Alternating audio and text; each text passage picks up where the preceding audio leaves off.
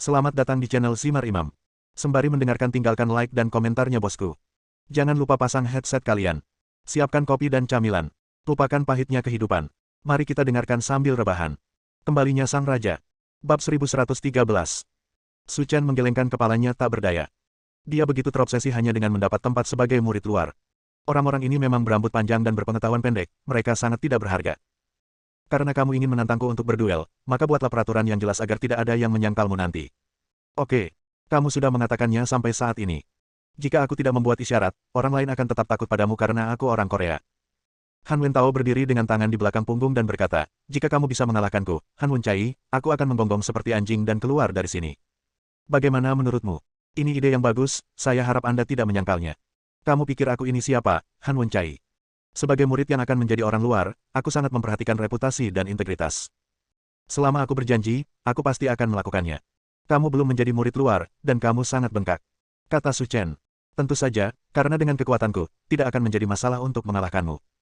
Kalau begitu ayo kita lakukan. Kebetulan aku tidak ingin membuang waktu untukmu. Jika saya mengambil inisiatif, Anda mungkin tidak punya ruang untuk melawan.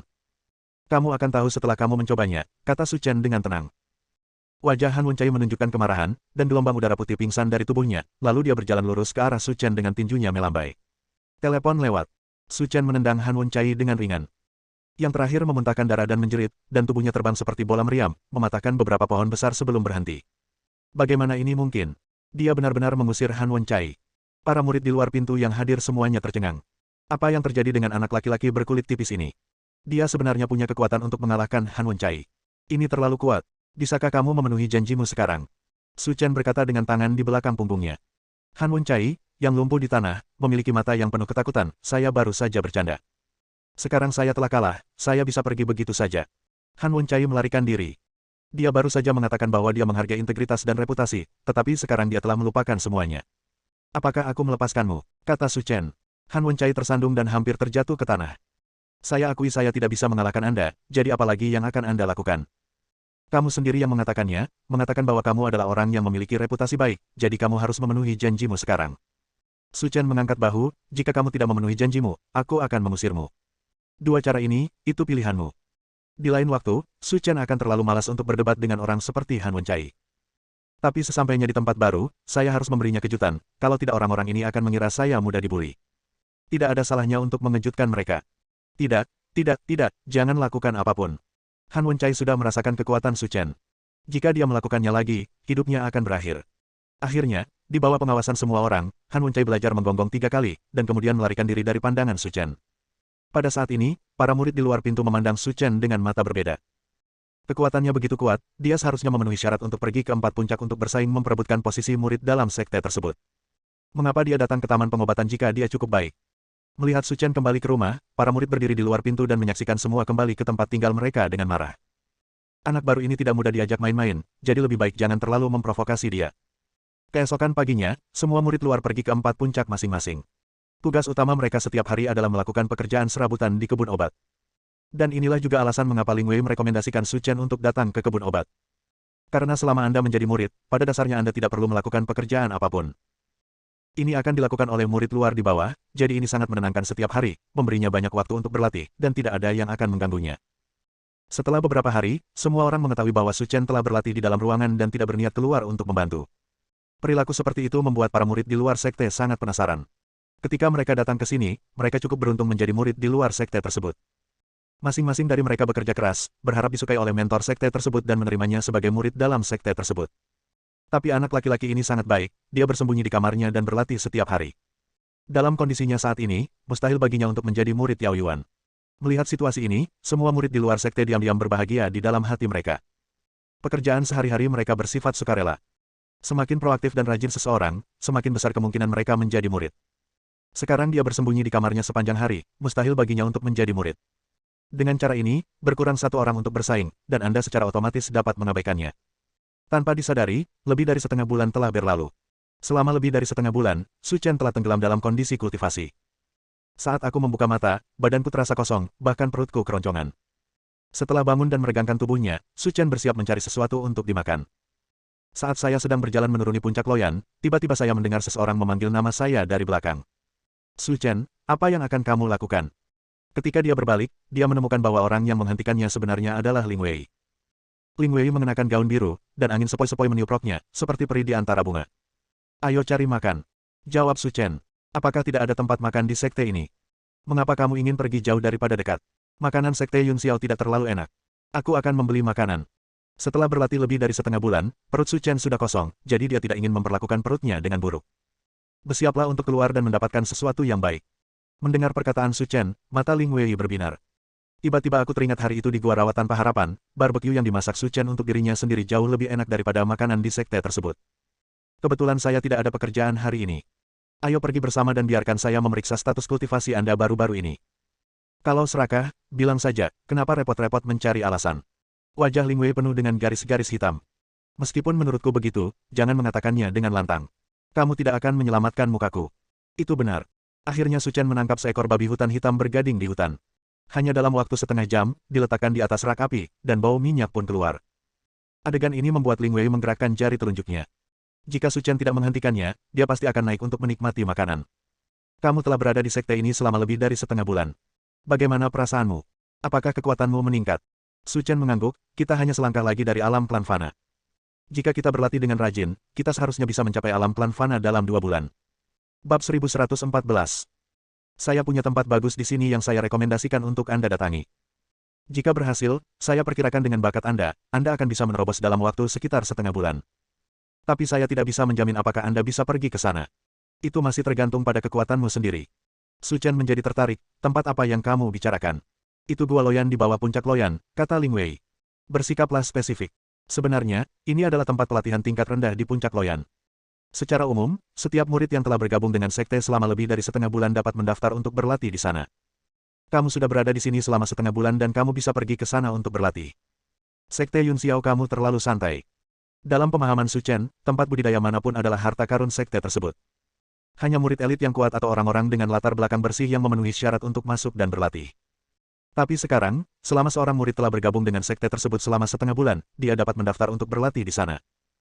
Dari sudut pandang Anda, keputusan seperti itu memang kurang aman, tapi nyatanya tidak ada masalah sama sekali selama bertahun-tahun. Mengapa? Karena ambang batas Gua Loyan sangat rendah dan semua orang dapat mendaftar, persaingannya sangat tinggi. Dalam silsilah puncak Loyan, lusinan murid mendaftar setiap saat, tetapi pada akhirnya hanya tersisa 5 orang.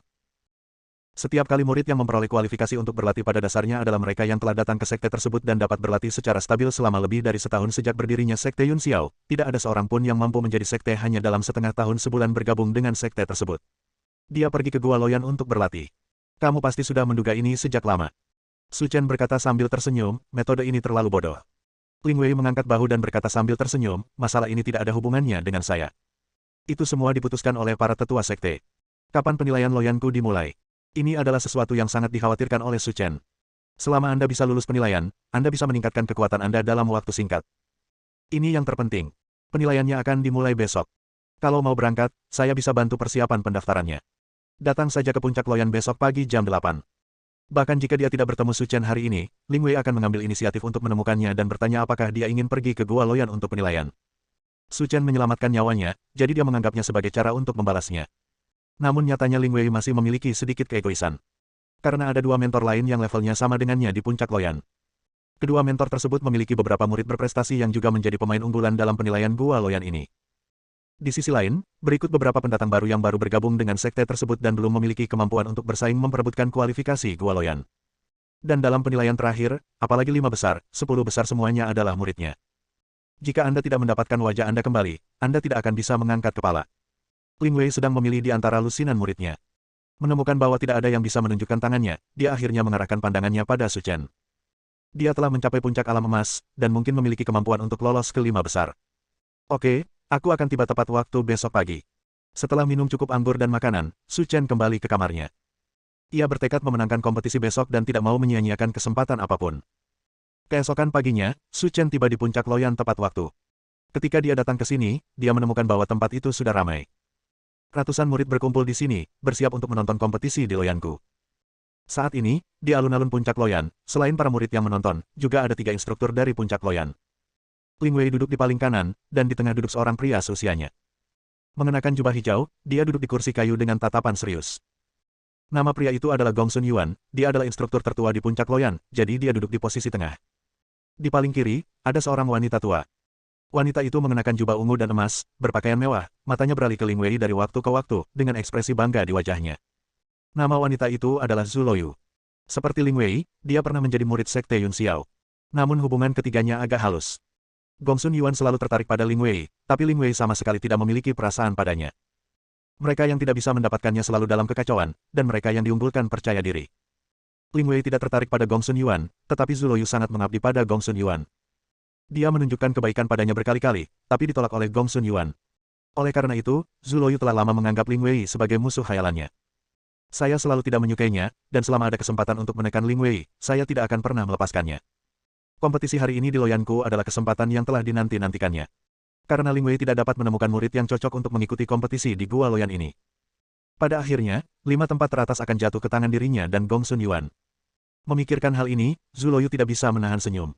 Kompetisi seni bela diri terakhir di Loyanku terjadi dengan cara ini, dan dia dipukuli habis-habisan. Sekarang dia bisa melakukannya lagi, dia merasa nyaman hanya dengan memikirkannya. Guru Ling Wei, saya ingin tahu apakah Anda memiliki contoh yang cocok untuk berpartisipasi dalam kompetisi kali ini. Tentu saja, kamu tidak perlu mengkhawatirkan hal ini, kata Ling Wei ringan. Saya ingat Anda mengatakan hal yang sama terakhir kali, tetapi pada akhirnya, Anda pergi berlatih sendiri, sehingga kekuatan Anda meningkat, tetapi murid-murid muda ini tetap berdiri diam dan tidak memiliki kesempatan untuk pergi ke Gua Loyan untuk berlatih. Bagaimana menyedihkan. Ini adalah metode latihanku, jadi aku tidak akan mengganggumu untuk mengkhawatirkannya. Saya hanya merasa tidak layak untuk murid-murid ini. Saya harap Anda dapat bekerja lebih keras kali ini sehingga mereka dapat memiliki kesempatan untuk berpartisipasi dalam pelatihan Gua Loyan, kata Zhu Luoyu dengan nada yang aneh. Kamu harus mengurus urusanmu sendiri. Murid yang aku kirim kali ini pasti akan mendapatkan tempat untuk pergi ke Gua Loyan. Aku harap kamu tidak terlalu terkejut ketika saatnya tiba. Zhu Luoyu tersenyum dan mencibir mendengar kata-kata Ling Wei. Dia tahu segalanya tentang lusinan murid di bawahnya. Mendapatkan tempat di 10 besar sudah merupakan suatu berkah, tetapi masuk ke 5 besar adalah hal yang mustahil. Tapi tidak masalah, apapun yang dia katakan, dia tidak bisa berkata-kata saat hasil kompetisi keluar. Pada saat ini, para murid yang berkumpul di alun-alun berseru dengan keras. Lihat ke sana, sepertinya ada yang datang. Mengapa dia terlihat seperti tetua kelima? Bab 1115. Seruan para murid menarik perhatian Ling Wei dan yang lainnya, dan mereka semua menoleh untuk melihat. Tiba-tiba, dia menemukan bahwa sosok yang terbang dari puncak Yun Xiao adalah tetua kelima dari sekte tersebut. Melihat Feng Wanli datang, semua murid dan ketiga mentor berdiri dan memberi hormat. Temui tetua kelima. Feng Wanli tersenyum dan mengelus janggutnya lalu berkata, jangan terlalu formal. Aku hanya bosan. Datang dan lihatlah. Kompetisimu akan berjalan seperti biasa. Jangan buang waktu karena aku. Karena Gua Loyan adalah tempat pelatihan yang sangat mencolok di sekte Yun Xiao. Oleh karena itu, selama penilaian, hanya ada 3 instruktur yang mengawasi pertempuran. Biasanya tidak ada peluang besar lainnya yang datang. Namun terkadang ada pengecualian, seperti saat ini. Karena di dalam sekte tersebut, terkadang ada mentor dan sesepuh yang bosan datang untuk menyaksikan keseruan tersebut sebagai penonton. Oleh karena itu, ketiga pembimbing dan seluruh murid yang hadir tidak tampak terlalu terkejut dan menganggap hal tersebut sebagai hal yang lumrah. Namun bagi orang-orang tertentu, ini adalah kesempatan yang sangat bagus. Karena Feng Wanli adalah tetua kelima dari sekte tersebut, jika melalui kompetisi ini, dia dapat melihat titik cemerlangnya dan meninggalkan kesan yang baik padanya, maka masa depannya akan terjamin. Tetua kelima, apakah ada yang ingin Anda sampaikan kepada kami? Bagaimanapun juga, kami semua adalah murid muda. Mengapa Anda tidak datang dan memberi kami pelajaran? Kata Gongsun Yuan.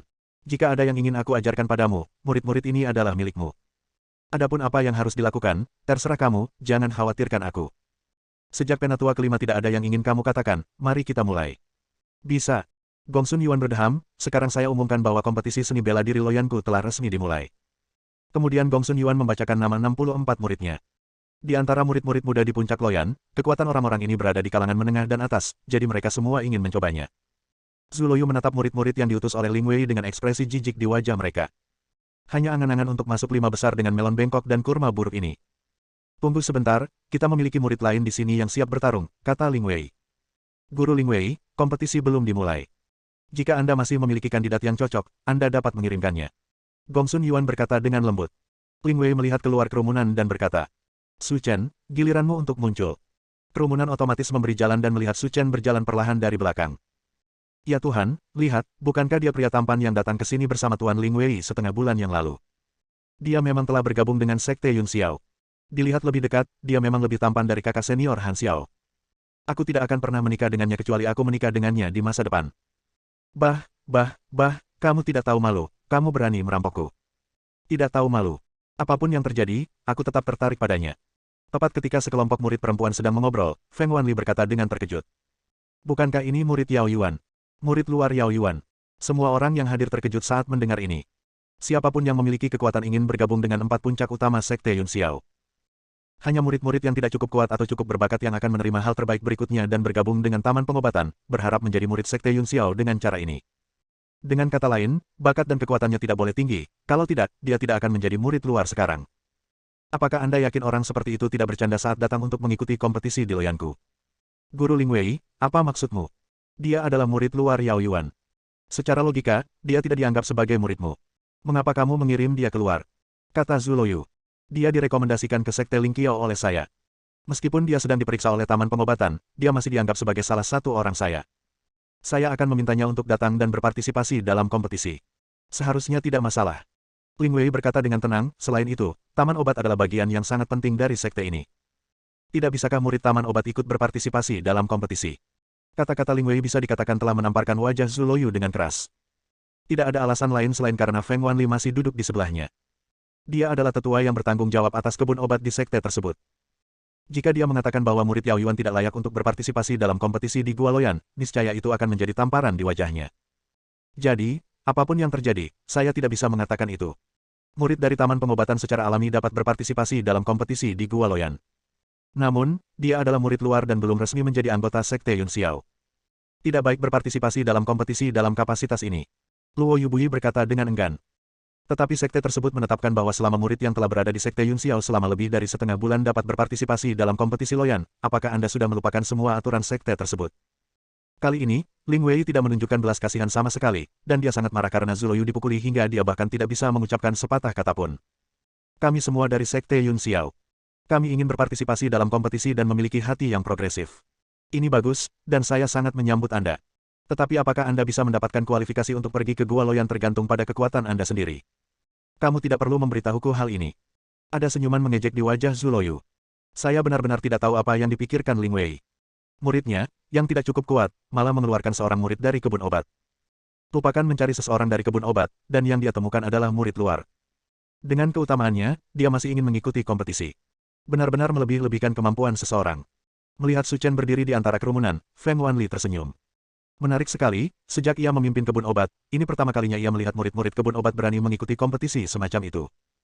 Karena murid-murid Yao Yuan bekerja setiap hari dan tidak punya waktu untuk berlatih, dan bakat serta fondasi mereka tidak sebaik murid-murid 4 puncak, tidak ada yang akan meminta masalah dan datang ke sini untuk berpartisipasi dalam kompetisi. Dalam pesan Feng Wanli, Su Chen masih menjadi yang pertama. Saya harap dia bisa memberi saya sedikit kejutan. Feng Wanli mengutuk dalam hatinya. Kompetisi ini adalah pertarungan 1 lawan 1, dan semua orang menunggu untuk melihat lelucon Su Chen. Sekalipun ada 5 tetua di sini untuk melindungi Anda, tetapi Anda tidak cukup kuat, jangan pernah berpikir untuk mengambil pintu belakang. Sekitar 1 jam kemudian, sudah ada lebih dari selusin kelompok orang, dan pemenang dan pecundang ditentukan. Kali ini, Gong Sun Yuan memasukkan tangannya ke dalam tong kayu merah dan mengeluarkan 2 angka. Pertandingan berikutnya adalah antara Jin Xuantian dan Su Chen. Silakan mainkan keduanya. Pada hari itu, lawannya ternyata adalah Jin Xuantian. Diskusi dimulai, dan semua orang yang hadir merasa kasihan pada Su Chen, karena Jin Xuantian adalah murid guru Zhu Luoyu yang sangat terkenal. Meski tak lolos finish 5 besar di kompetisi ini, namun tetap tidak menjadi masalah untuk masuk 10 besar. Dengan kata lain, mudah untuk mengalahkan Su Chen. Bab 1116. Melihat Jin Xuantian berdiri, Su Chen berkata dengan tenang. Biarkan mereka berkompetisi dulu, dan aku akan bertarung dengan siapa yang menang pada akhirnya. Kalau tidak, itu akan terlalu merepotkan. Su Chen, apa maksudmu? Gong Sun Yuan, sebagai wasit, berkata. Tidak menarik. Menurutku hanya buang-buang waktu saja jika bertarung bola-balik seperti ini. Setelah pemenang ditentukan nanti, aku bisa langsung melawannya. Permintaan aneh macam apa ini? Baik penonton maupun murid yang berpartisipasi terkejut dan terkejut dengan kata-kata Su Chen. Kompetisi di Loyanku telah diadakan berkali-kali, namun ini pertama kalinya saya mendengar permintaan yang aneh.